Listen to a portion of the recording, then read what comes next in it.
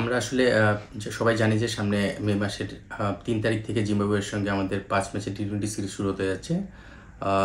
যার ৩টা ম্যাচ হচ্ছে চিটাগাংয়ে এবং ২টা ম্যাচ ঢাকায়। তো ৩, ৫ এবং ৭ ৩টা ম্যাচ হবে চিটাগাংয়ে এবং ১০ এবং ১২ ঢাকায়। সো আমরা আসলে প্রথমে ৩ ম্যাচের স্কোয়াড ঘোষণা করছি এবং সেই স্কোয়াডটা অলরেডি আপনারা পেয়ে গিয়েছেন। আপনারা যদি স্কোয়াডটা দেখেন সেখানে দেখবেন ৩ জন ওপেনার রয়েছে এবং ৫ জন মিডল অর্ডার ব্যাটার রয়েছেন। সো ৮ জন ব্যাটসম্যান এবং ৩ জন স্পিনার রয়েছে। স্পিনে আমরা বৈচিত্র্য রাখার চেষ্টা করেছি, right arm off spinner, left arm spinner এবং লেগ স্পিনার। তার সঙ্গে ৪ জন সিম বোলার রয়েছে।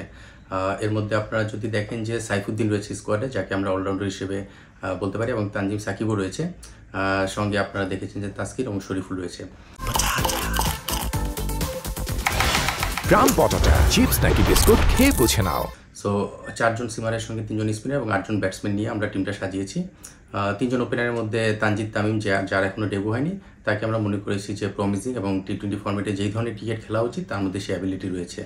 সো সেখান থেকেই তাকে আমরা টিমে ইনক্লুড করেছি। আর পারভেজ ইমন, সে আসলে একটা টি-20 খেলেছিল তার ইন্টারন্যাশনাল ক্রিকেটে।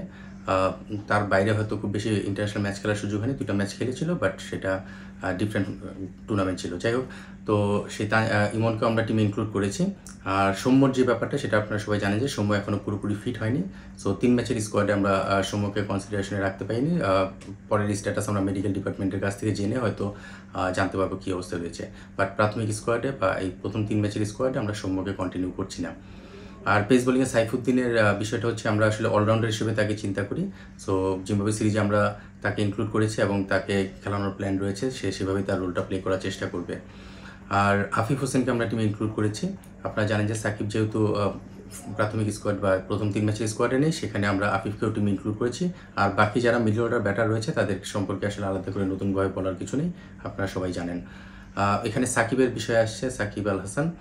সে আসলে 30 তারিখ দেশে আসবে এবং দেশে আসার পরে সে একটা ডিজায়ার আমাদের কাছে শো করেছেন, সেটা হচ্ছে ডিপিএলের 2টা ম্যাচ খেলতে চায়। এবং যেটা আমরা আসলে ম্যানেজমেন্টের সঙ্গে কথা বলি, ক্রিকেট বোর্ডের সবার সঙ্গে কথা বলে আমরা মনে করেছি যে সেটা ভালো হতে পারে। বিকজ টি-20 ফর্মেটে আসলে নিজেকে রেডি করার জন্য যে সময়টা দরকার, অনেক সময় সেই সময়টা থাকে না, যেটা ডিপিএলের মাধ্যমে হয়তো বা লঙ্গা ভার্সন 50 ওভার ম্যাচে সেই সময়টা থাকে, যেটা ব্যাটিং বোলিংয়ে সে নিজেকে প্রস্তুত করে নিতে পারে। তো স্বাভাবিকভাবে আমরা তাকে প্রথম 3টা ম্যাচের জন্য স্কোয়াডে রাখিনি। মোস্তাফিজ এখানে স্কোয়াডে নেই। মোস্তাফিজ আসলে লম্বা সময় খেলার মধ্যে রয়েছে। বিপিএল খেলেছে, তারপরে শ্রীলঙ্কা টি-20 ওয়ানডে সিরিজ খেলেছে, তারপরে আইপিএলে চলে গেছে। লম্বা সময় আসলে সে খেলার মধ্যে রয়েছে এবং তার আসলে রিকভারির ব্যাপার রয়েছে, সেটা মেন্টাল এবং ফিজিক্যাল 2টা সাইডই। তার সঙ্গে আমাদের আলোচনা হয়েছে, আমাদের সিলেক্টরদের কথা হয়েছে, চিফ সিলেক্টরের সঙ্গে কথা হয়েছে। সে আসলে যে কোনো একটা পোর্শনে হয়তো রিকভারি টাইমটা চাচ্ছিল। সো আমরা আসলে ডিসাইড করেছি যে ফার্স্ট পোর্শনটাই, মানে 3 ম্যাচের এই স্কোয়াডে তাকে আমরা ইনক্লুড করিনি। তাকে আমরা পরে হয়তো পরের 2টা ম্যাচের জন্য ইনক্লুড করতে পারি। সোফার এই হলো স্ট্যাটাস এবং আশা করছি যে আমাদের টিম ভালোই করবে ইনশাআল্লাহ। Hope for the best. For more updates, subscribe to our YouTube channel and click on the bell icon.